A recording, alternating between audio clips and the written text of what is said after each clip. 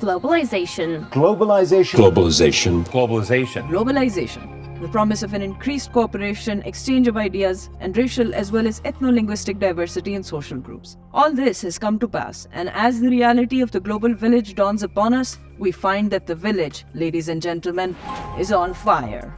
Ironically, we are witnessing a growing wave of nationalism around the globe, and political opinions are growing more polarized. Some argue that globalization has brought about the loss of national identity and cultural values, leading to a fear of losing one's identity in a sea of global influences. As a result, a growing resistance to open dialogue and a preference for homogeneity has fueled intolerance that we see today. In reality, the inability to debate and engage in respectful dialogue is one of the driving forces behind rising intolerance. When we don't take the time to understand and listen to each other, we become more likely to dismiss opposing views and become entrenched in our own beliefs. The consequences of polarization, from executive abuse of power to the politicization of militaries, pose direct risks to all institutions in a democracy. What is more, political conflicts often reverberate throughout society, fueling intolerance towards and even violence against minority groups. In some countries, these negative effects have proven significant enough to shatter the constitutional order.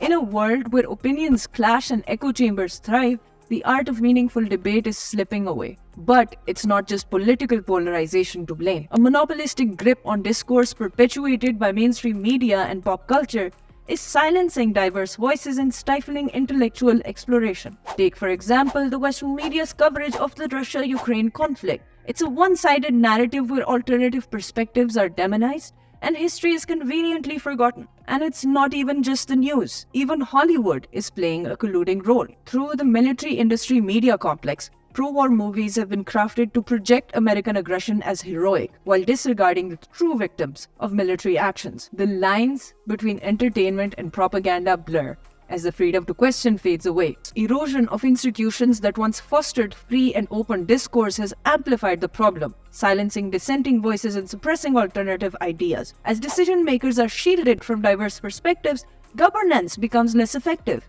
because all possible solutions are not being considered. And this ends us up in a situation where our decision makers are only considering the perspectives that come from their very own echo chambers. In summary, a healthy debate culture thrives on critical thinking. It cultivates an environment where respect and civility prevail, enabling individuals to engage in meaningful dialogue. By promoting critical thinking, we can foster a healthier and more productive debate culture in our society.